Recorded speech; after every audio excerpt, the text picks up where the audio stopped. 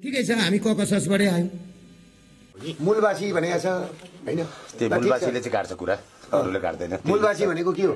कसले ल्याएको यो एजेन्डा? मूलवासीको के हो त? ल मङ्गल अर्गनाइजेसन के हो त? के हो मङ्गल अर्गनाइजेसनको मतलब के हो? कोही ककससबाट आएको अरे बाहुन छेत्री, कोही कहाँबाट ककससबाट आएको अरे। ठिकै छ, हामी ककससबाटै आयौँ। को कहाँबाट आएको अरे आउँ, तर मुख नछाड्नुहोस्, पहिला देश जोगाउँ। देश रह्यो भने नि तपाईँहरूले भनेको कुरो पुग्ला।